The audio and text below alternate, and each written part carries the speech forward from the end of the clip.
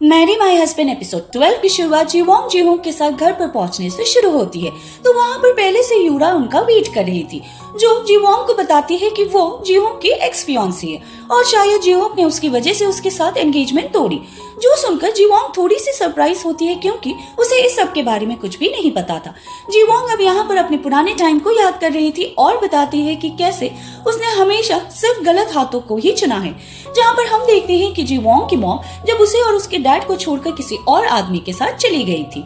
जब जीवोंग के डैडी उसका ख्याल रखते थे और वो काफी ज्यादा मेहनती भी थे, जिन्हें इस तरीके से देखकर जीवोंग उन्हें एक नई कार लेने के लिए बोलती है, पर वो मना कर देते हैं और बोलते हैं कि उन्हें यही कार ज्यादा पसंद है। वो उसे अपना ख्याल रखने के लिए बोलकर अपने काम पर चले जाते हैं। फिर जब जीवोंग एक दुकान से सामान ले रही थी तो वहाँ पर दो आंटी उसके बारे में बात करने लग जाती है कि यह बच्ची अपनी मॉम की तरह काफी सुंदर है और मुझे उस पर काफी तरस भी आ रहा है क्योंकि उसकी मॉम उसे छोड़कर चली गई। जहाँ पर उसके सारे पड़ोसी टाइम पास करने के लिए उसकी मॉम के बारे में ही गॉसिप करते थे और जीवोंग को यह सबसे बुरा भी लगता था क्योंकि वो अपने टीनेज पीरियड में थी, लेकिन वो किसी को कुछ बोल नहीं सकती थी। अब जब वो सामान लेकर घर जा रही थी तभी वो रास्ते में अपने डैड को जाता हुआ देखती है, तो वो भी उनके पीछे पीछे जाती है। जहाँ पर हम जीवोंग की मॉम को उसके नए हस्बैंड के साथ देखते हैं, जो कि अपनी लाइफ काफी एंजॉय कर रही थी, जिन्हें इस तरीके से देखकर जीवोंग के डैड को बहुत ज्यादा बुरा लगता है और साथ ही जीवोंग भी साइड पर जाकर रोने लगती है। और प्रेजेंट वाली जीवोंग हमें बताती है कि तब से लेकर आज तक उसने ऐसा सोच लिया कि वो दुनिया की सबसे अनलकी गर्ल है।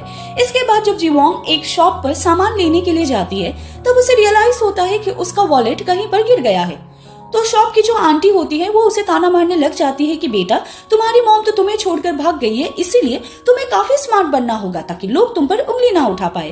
तभी वहाँ पर सोमिन आती है जो कि उस आंटी को ऐसी बातें करने से मना करती है और जीवोंग को उसका पर्स वापस करती है। और उसी वक्त से जो भी लोग जीवोंग की तरफ आते थे उनकी तरफ हाथ बढ़ाया, चाहे वो बुरे ही क्यों ना हो, जैसे कि सोमिन और मिनवान, क्योंकि उसे पता ही नहीं था कि अपने आप को एक्सप्रेस कैसे करना है।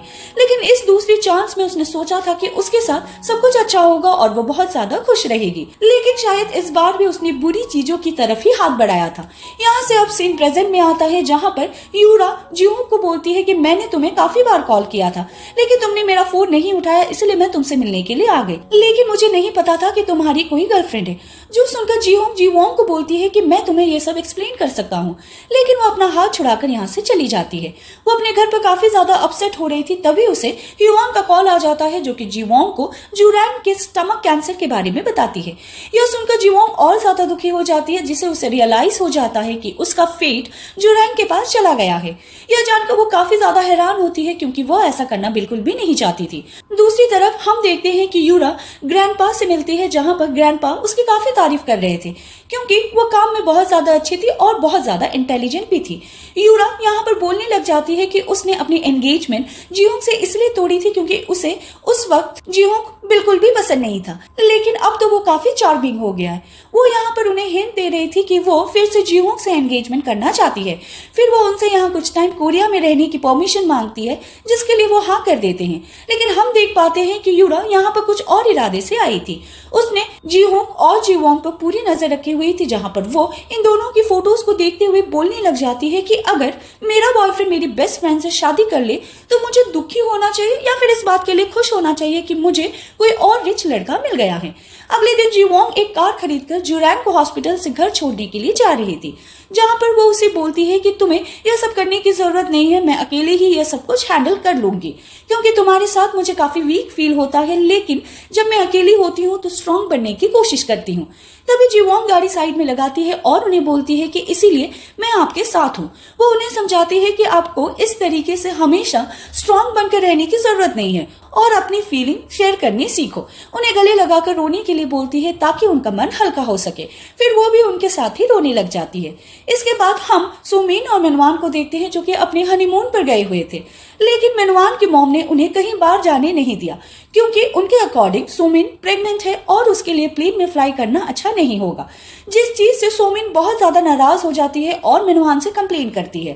तब मिनवान उसे समझाता है कि तुमने शादी तो कर ली पर तुम्हें शादी के बारे में कुछ भी नहीं पता कि इस तरीके से शादी नहीं चलती।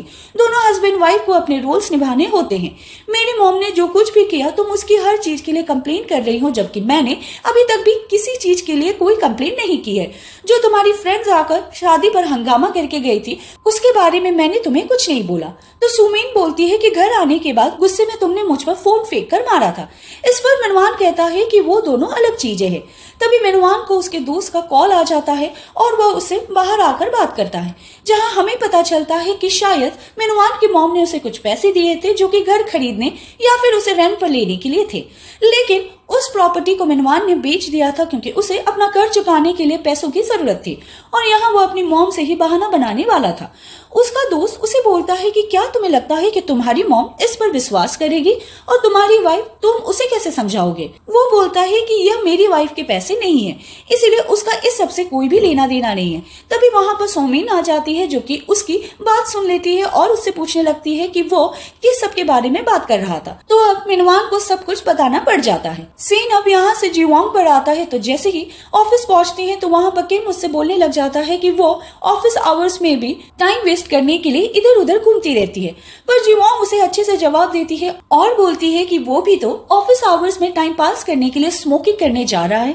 साथ ही वो उसे चलकर फूड किट वाले प्रोजेक्ट रिव्यू करने के लिए भी बोलती है, लेकिन वो कहता है कि अब हमें ये करने की जरूरत नहीं है। अब जैसे ही जीवोंग ह्यून से मिलती है तो उसे पता चलता है कि उसकी कंपनी ने जिस शेफ को हायर किया था इस प्रोजेक्ट के लिए वो उनके साथ काम करने से मना कर देता है, जिसके पीछे ह्यून को लग रहा था कि शायद इसमें किम का ही हाथ होगा क्योंकि उसके काफी कनेक्शन थे। पर तभी जीवोंग को यहाँ पर बुलाने के लिए आ जाता है, जहाँ वो उसे इस तरीके से बुलाने के लिए माफी मांगता है क्योंकि वो उससे बात नहीं कर रही थी। तो जीवोंग बोलती है कि मुझे थोड़ा सा टाइम चाहिए सबके बारे में सोचने के लिए। इस पर वो बोलता है कि क्या तुमने पहले कभी मेरी शादी के बारे में सुना था?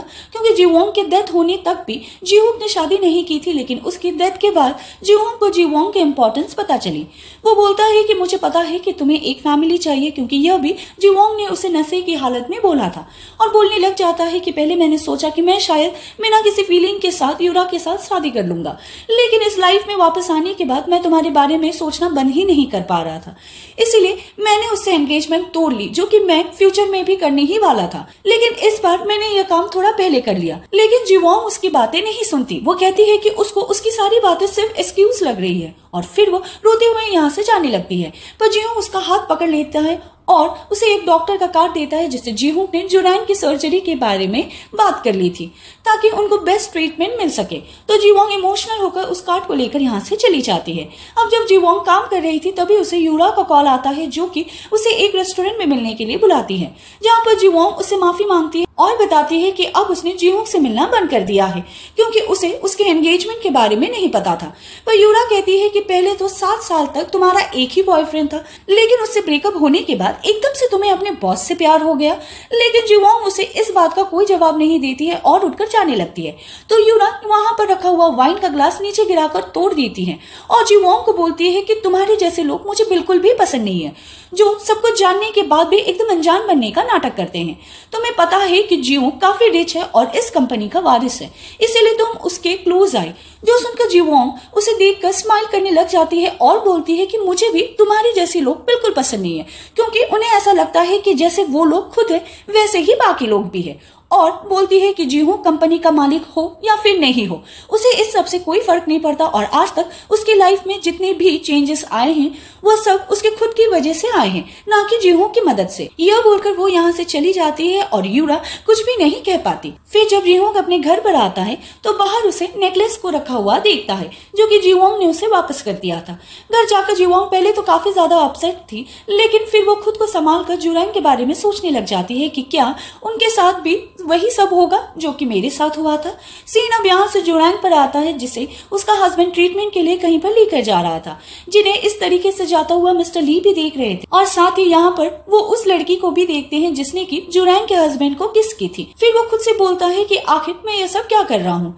अगले दिन ऑफिस में जीवोंग को जुरान का कॉल आता है जो उसे बताती है कि तुमने जिस डॉक्टर का कार्ड दिया था मेरी उससे बात हो गई है और शायद वो मेरी सर्जरी भी करेंगे। जो सुनकर जीवोंग थोड़ी सी खुश हो जाती है और उसे रिलीफ मिलता है। तभी वो यहाँ पर जीहू को देखने लग जाती है कि कैसे उसने पहले से एक अच्छे कैंसर डॉक्टर के बारे में रिसर्च करके रखी हुई थी ताकि वो इस लाइफ में जीवोंग को बचा सके।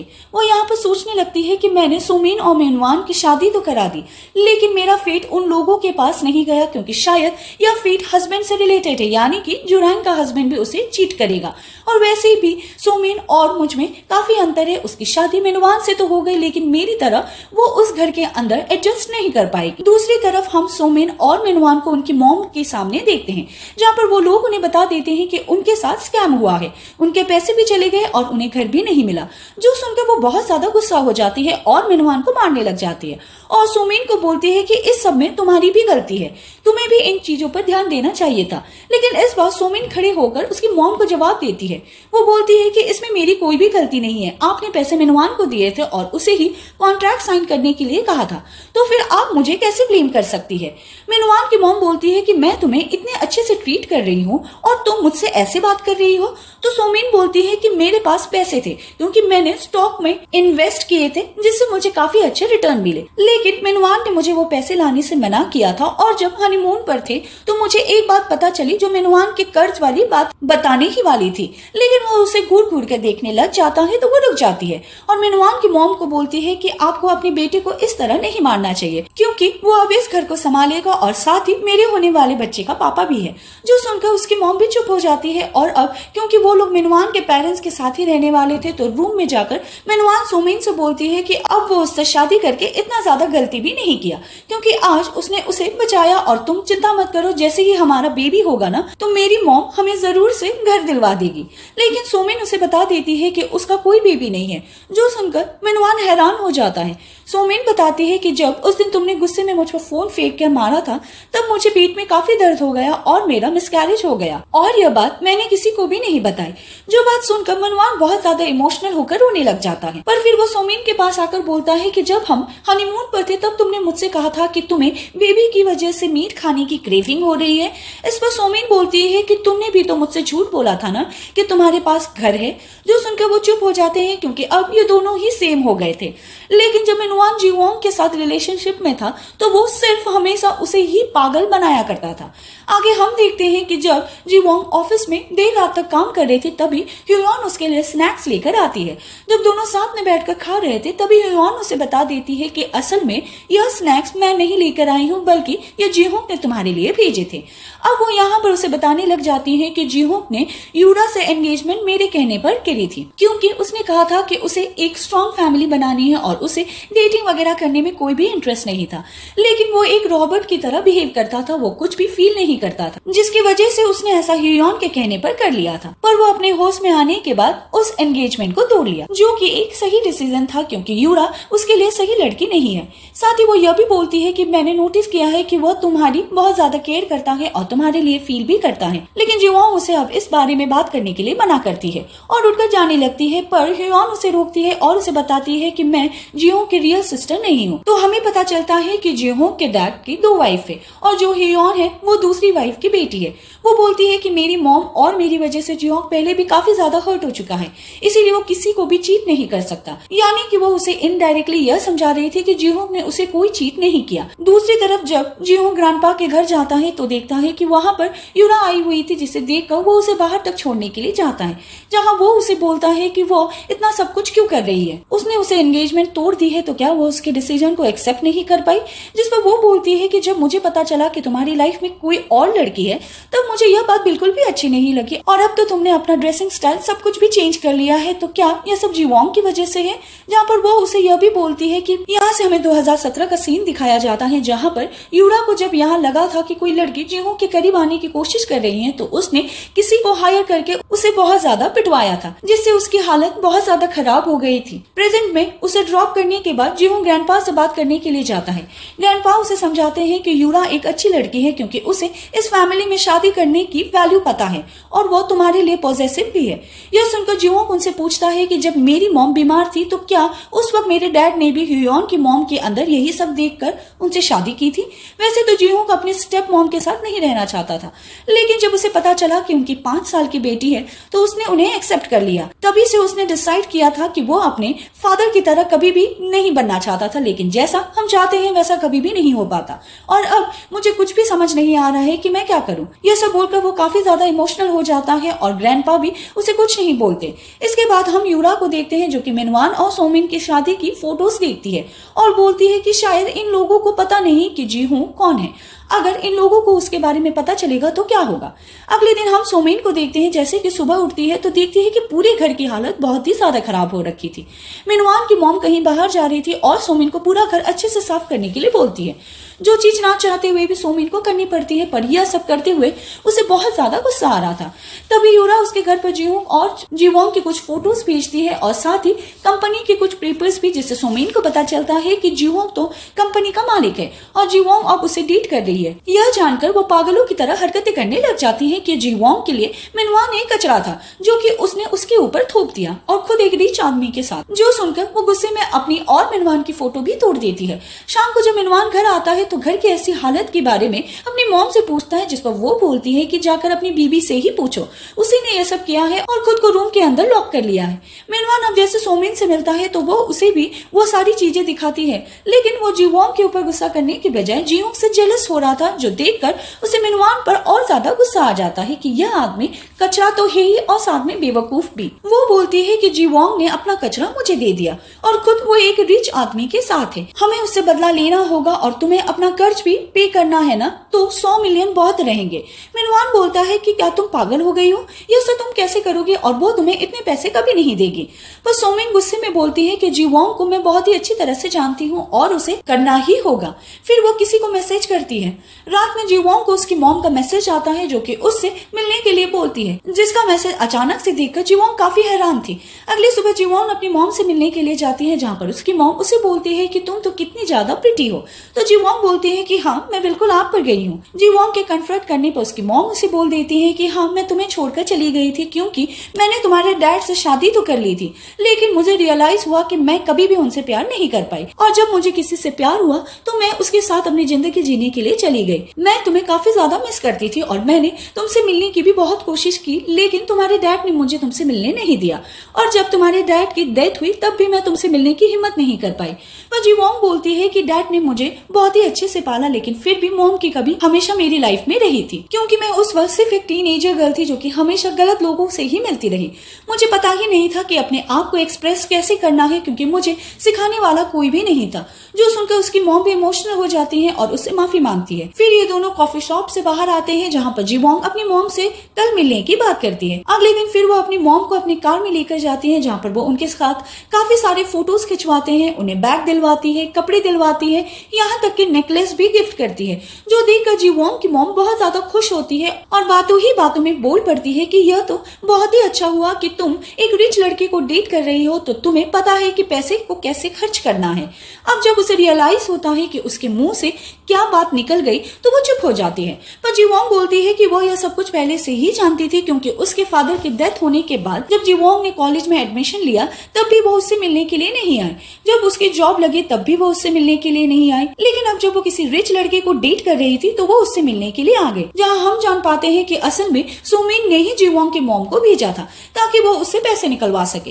जीवोंग की मॉम बोलती है कि जब तुम्हें यह सब कुछ पहले से ही पता था तो तुमने मुझे यह सब क्यों दिलवाया। तो जीवोंग बोलती है कि क्योंकि मैं अपनी मॉम के साथ कुछ टाइम स्पेंड करना चाहती थी, जहाँ पर मैं और मेरी मॉम अच्छे से खुशी खुशी एक दूसरे के साथ टाइम स्पेंड कर सके, और जिस लड़की की आप बात कर रही है उससे मैंने ब्रेकअप कर लिया है। जो सुनकर उसकी मॉम उससे रोकती है और बोलती है कि अगर तुम मुझे 100 मिलियन वॉन दोगी तो उसके बाद मैं तुमसे कभी भी नहीं मिलूंगी। पर जीवोंग बोलती है कि आपने एक मॉम के बजाय एक औरत होकर जीना ज्यादा जरूरी समझा, इसीलिए अब ना तो मेरे पास पैसे है और ना ही मेरी कोई मॉम है, जैसे तुम जी रही थी ना वैसे ही जाकर जियो। यह बोलकर वो यहाँ से चली जाती है और क्योंकि अब यूरा का यह प्लान भी फेल हो गया था जिसकी वजह से वो सीधे मिनवान से मिलने के लिए चली जाती है।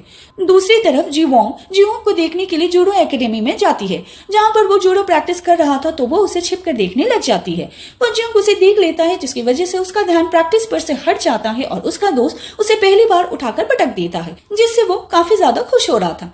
आगे हम देखते हैं कि जी वोंग अपने डैड के ग्रेव पर जाती है, जहाँ पर वो उनसे बोलती है कि वो इस सेकंड चांस को बहुत ही अच्छे से यूज करना चाहती थी, लेकिन यहाँ के लोग कोई भी उसे खुश नहीं देखना चाहता, जिसकी वजह से वो बहुत ज्यादा दुखी है और उसने फिर से किसी अपने चाहने वाले को बहुत ज्यादा हर्ट किया है।